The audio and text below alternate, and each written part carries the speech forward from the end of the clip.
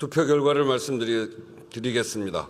법무부 장관 박성재 탄핵소추안은 총 투표수 295표 중 가 195표, 부 100표로서 가결되었음을 선포합니다.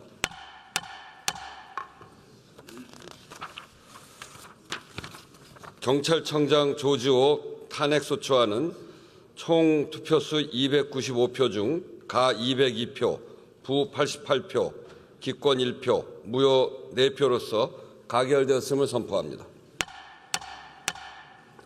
의사일정 제3항 윤석열 정부의 위헌적 비상계엄 선포를 통한 내란 행위의 진상규명을 위한 특별검사 임명 등에 관한 법률안, 의사일정 제4항 윤석열 대통령 배우자 김건희의 주가 조작 사건 등의 진상규명을 위한 특별검사 임명 등에 관한 법률안 이상 2건을 상정합니다. 8년 전 반헌법적 대통령이 탄핵되자 한 번만 용서해달라며 국민 앞에 무릎 꿇었던 이들. 선거 때가 되니 살려달라며 한 표를 읍소했고 권력을 얻은 뒤에는 언제 그랬냐는 듯 다시 과격해졌습니다. 불행한 역사는 또 반복될 것인가? 조만간 무릎을 꿇으며 용서를 빌고 이대로 괴멸하게 놔둘 거냐며 악어의 눈물로 호소하고 책임에서 비켜난 뒤엔 또 표를 달라고 할지 모른다는 그런 불길한 예측이 엄습해 옵니다. 지금 반헌법적 대통령 뒤에 가려져 있는 그 이면 역시 잊지 말아야 할 이유가 여기에 있습니다. 아주 조금이라도 책임의 무게를 덜기 위해선 국민이 부여한 권한을 사흘 뒤 행사해야 합니다. 현재 정치권은 탄핵 국면 속에서 극단적인 혼란에 빠져 있습니다. 국민의 뜻과 헌법적 대원칙에 따라 절차적으로 탄핵이 추진되고 있음에도 이를 저지하려는 움직임이 도처에서 나타나고 있습니다. 그 중심에는 TK의 대표적 인물인 대구시장 홍준표가 있습니다. 홍준표 시장은 연일 자신의 페이스북을 통해 추악한 욕망을 드러내며 당대표 한동훈을 비난하고 있습니다. 한때 국민의힘 대선 주자로 평가받던 한동훈을 향해 무차별적인 공격을 퍼부으며 스스로 차기 대선에 나가려는 욕심을 숨기지 않는 것입니다. 특히 홍 시장은 윤석열 전 대통령의 행위가 직권남용일지 몰라도 내란죄는 프레임에 불과하다며 국민 분노를 조장하는 글을 게시했습니다. 이는 박근혜 탄핵 당시의 집단 관계를 다시 떠올리게 하며 국민을 선동하려는 의도를 노골적으로 드러낸 것입니다. 이 과정에서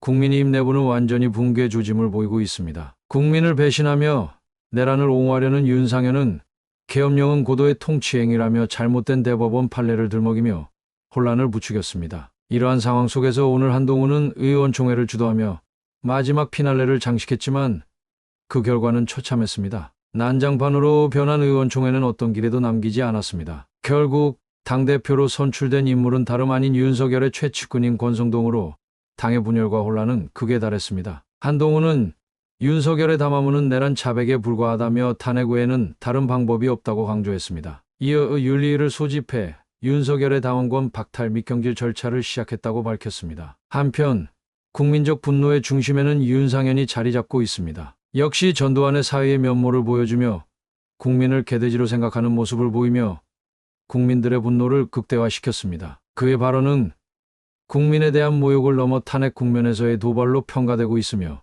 이는 국민적 저항의 불씨를 더 키우고 있습니다. 총리님, 대통령이 그날 담화를 보면은 어떤 민주당의 지난 22대 국회 들어서서 입법 폭주, 탄핵 폭주, 예산안 폭주와 연관이 있다고 생각하십니까?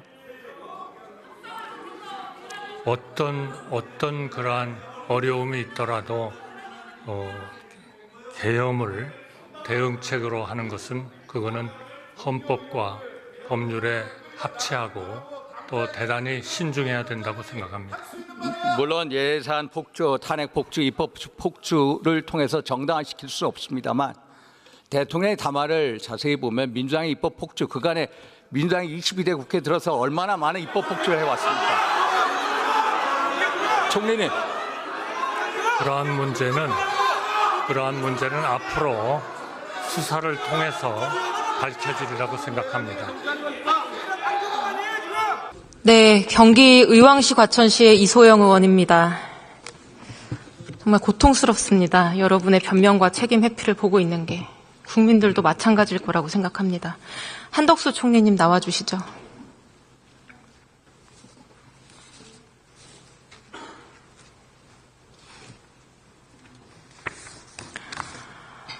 총리님, 오늘 조선일보 보도 보니까 대통령이 자진 사퇴할 생각 없고 탄핵 심판을 받겠다는 생각이라고 하는데 맞습니까?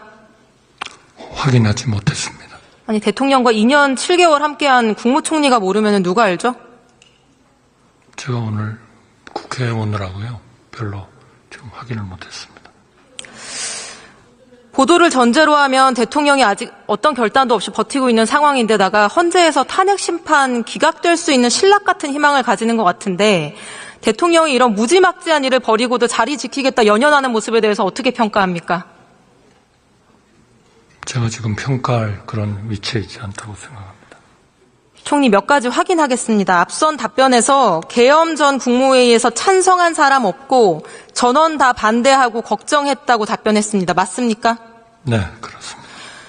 사임한 이상민 전 행안부 장관은 행안위 전체회의에서 그 회의에서 반대라는 표현을 쓴 사람은 2명 정도 있었던 것으로 기억한다고 그랬고 송미령 농림장관도 찬반 묻는 자리 아니어서 표시 안 했다고 인터뷰했고 오영주 중기부 장관도 늦게 도착해서 의견 개진하기 어려웠다고 답변했는데 총리 계속 반대하고 걱정했다 이렇게 얘기하는데 걱정은 반대랑 다른 거죠? 그분들도 전부 다 탄핵에 대해서는 찬성하지 않았습니다. 총리 이제 와서 다 같이 반대했다고 얼렁뚱땅 퉁치지 마세요. 처음에는 여기 국무회의 참석 여부도 답변 안 하던 분들이 절반 이상입니다. 실제로 2명 제외하고는 명확히 반대했다는 입장 표명도 안 하다가 이제 와서 대통령 탄핵되고 본인들 감옥 갈 것 같으니까 반대했다고 입을 맞춥니까? 여기 앉아 계신 국무위원 중에서 12월 3일 대통령 앞에서 계엄을 반대한다고 분명하게 본인 의견 피력한 사람 누굽니까? 손 들어주세요. 반대한다는 표현 쓰신 분 누굽니까? 2분밖에 안 계시네요. 외교부 장관하고 경제부총리. 나머지는 걱정만 하신 거 아니에요?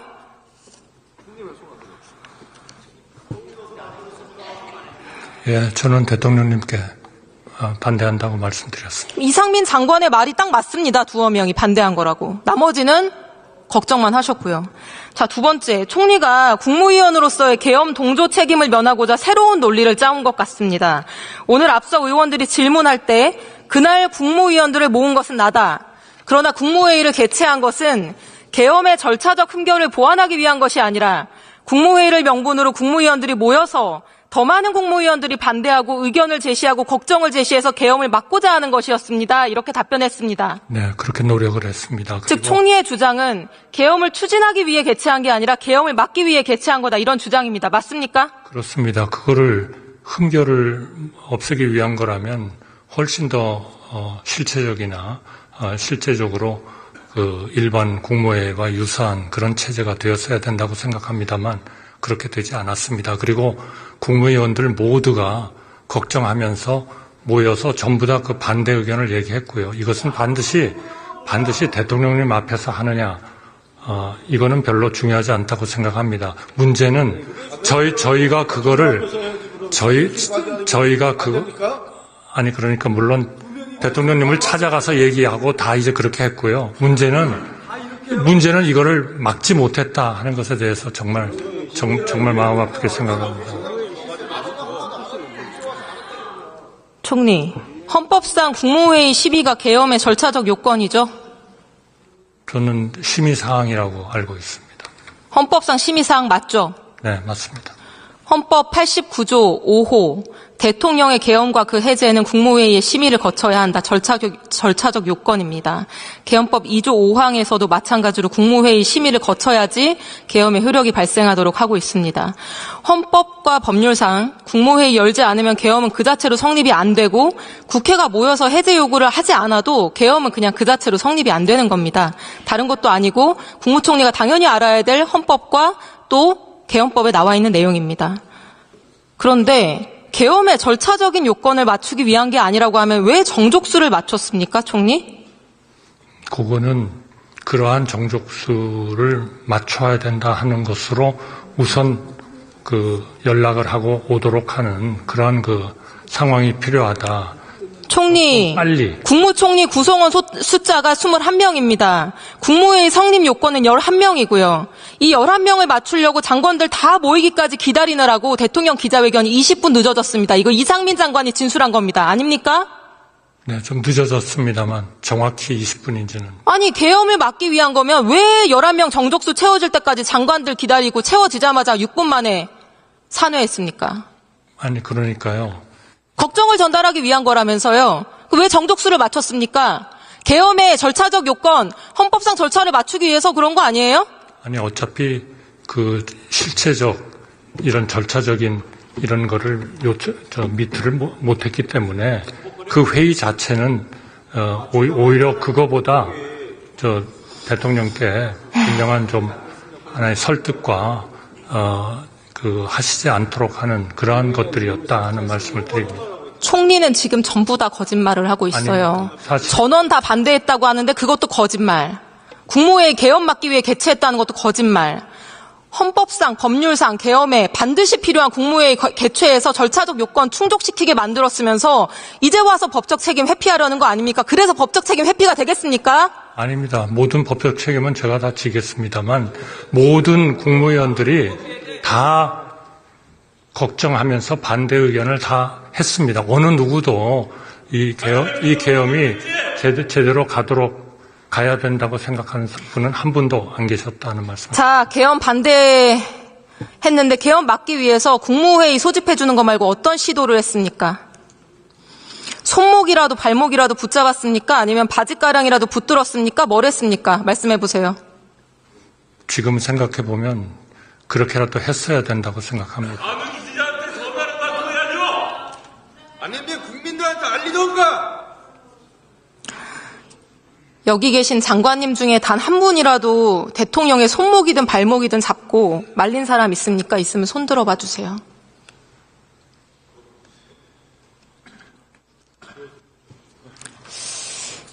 대한민국에 제대로 된 국무위원 한 사람이 없어서 이렇게 파국까지 치닫게 된 것에 깊은 슬픔과 배신감을 느낍니다.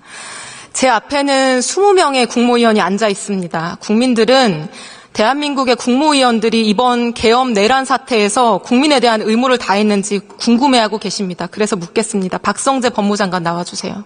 장관, 그날 국무회의에서 본인 뭐라고 말씀하셨습니까? 만약에 반대했다면 뭐라고 말하면서 반대했습니까? 그리고 무슨 행동과 노력했습니까? 의원님, 한꺼번에 다 모여서 회의처럼 한 사람씩 발표하는 게 아니었고요.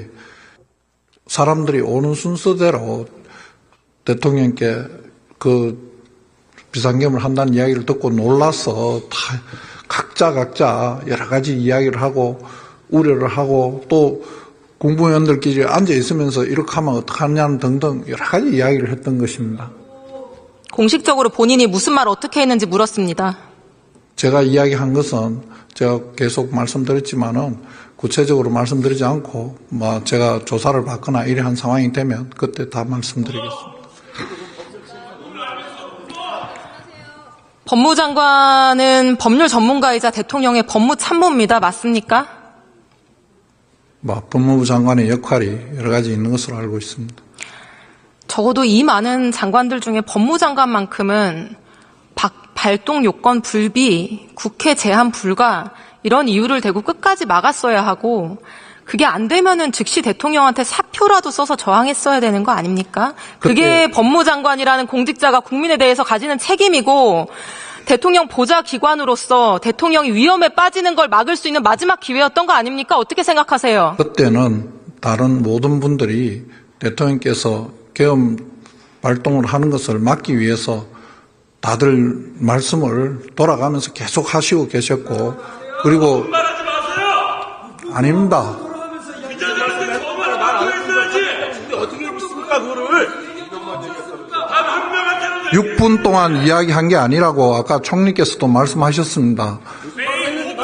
박성재 장관 들어가시고 송미령 장관 나와주세요. 의원님들 3명만 팔다리 꺾였다 나갔어도 계엄 선포 안 됐어요. 그 3명이 없습니까? 송미령 농림부 장관님. 네. 뉴스원에 이렇게 밝히셨습니다. 당시 상황은 반대 의견을 말할 수 있는 자리 아니었다. 찬성이냐 반대냐를 묻는 자리 아니었다. 계엄인지 알았으면 국무회의 안 갔을 것이다. 맞습니까? 맞습니다. 저는 계엄인지 알았으면 국무회의 안 갔을 거다라는 말을 보고요. 기가 막혔습니다.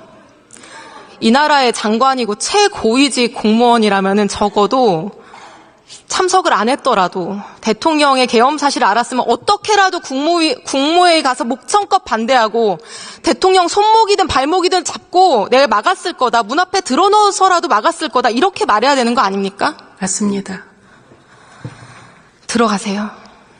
근데 의원님 하나만 말씀드려도 될까요? 네. 네. 그날 저는 10시 10분에서 15분 사이에 회의장에 들어갔는데요. 회의에 시작이 없었습니다. 그러니까 대기하는 상태였다고 보시는 게 좋고요. 저는 전혀 상황을 몰랐기 때문에 무슨 회의를 하는 건지를 여쭈었습니다. 옆에 분에게. 딱 2글자 들었습니다. 계엄 이런 말을 듣고 너무 놀라서 정말 정신이 없었습니다. 그래서 말도 안 된다. 막아야 됩니다. 라고 이야기를 했고요. 그 자리에는 대통령은 계시지 않았습니다. 아닙니다. 네. 그렇게 하겠습니다. 대통령은 언제 들어오셨습니까? 제 기억으로는 그렇게 대기실처럼 앉아있는 상태에서 대통령께서 들어오셨습니다. 들어오셔서 그 시간을 기억할 수는 없습니다. 무척 짧은 시간 동안 계시다가 네. 몇 분 동안 있었습니까, 대통령이? 네. 그 회의실에 대통령이 몇 분 동안 있었습니까? 그 분까지 기억할 경황은 없습니다. 너무 비현실적인 일이기 때문에 그건 당황스러워서 기억하기 어렵고요.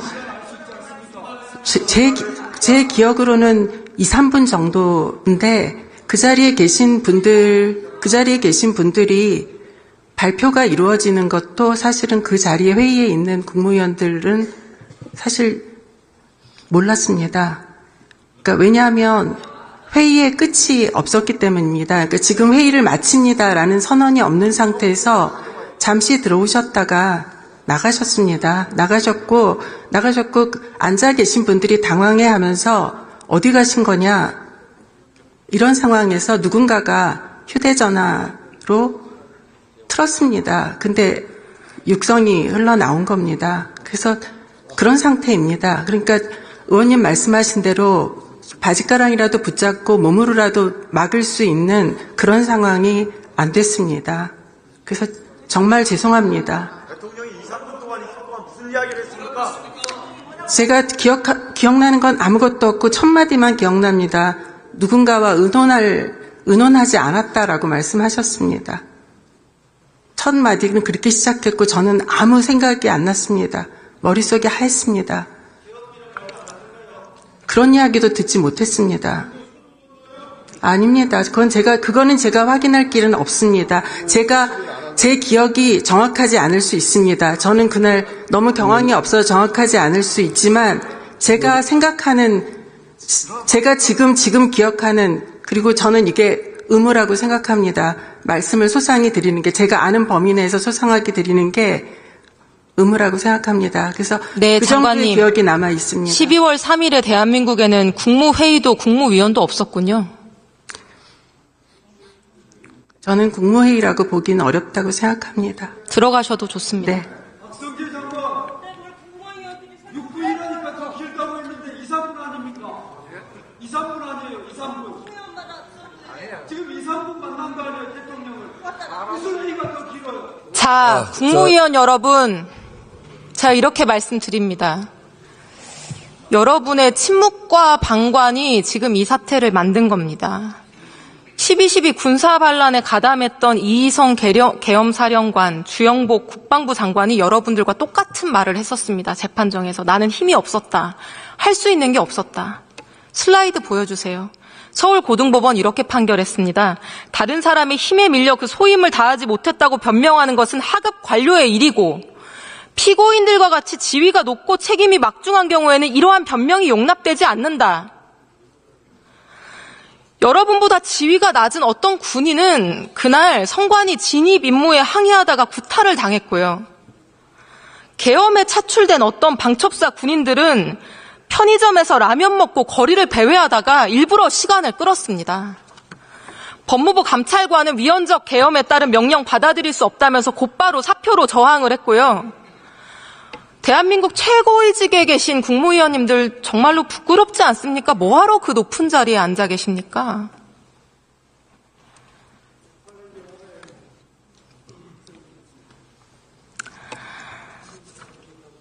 대통령의 계엄은 계엄 사유도 없었고 헌법상 법률상 계엄 효력의 대상이 될 수도 없는 국회를 건드렸고 국회 통고, 국무위원 부서 절차도 생략했고 심의도 없었고 온통 위헌의 위법입니다. 이 불법 계엄에 대해서 윤석열 정부의 마지막 국무위원들이 보인 이 비겁하고 무책임한 모습은 대한민국 역사에 기록될 겁니다. 그리고 마지막으로 이 자리에 몇 분 안 앉아 계시네요. 앉아 계신 국민의힘 동료 의원님들께도 부탁드립니다. 대통령이 조금이라도 반성하고 있다면 당장 하야를 하겠지만 대통령은 하야 대신 탄핵 심판을 받겠다는 입장이라고 합니다. 질서 있는 퇴진에 다른 방법이 없습니다. 헌법이 정한 탄핵 절차 질서에 대한 정치적 책임을 묻고 전국을 안정시킵시다. 부디 이번 주 탄핵 소추안 가결될 수 있도록 도와주십시오. 민심과 양심의 소리를 외면하지 말아주십시오. 이번 주 토요일 반드시 탄핵을 통과시켜서 대한민국 민주주의가 정신 나간 대통령의 폭력보다 훨씬 더 강하고 단단한 것을 보여줍시다. 이상입니다.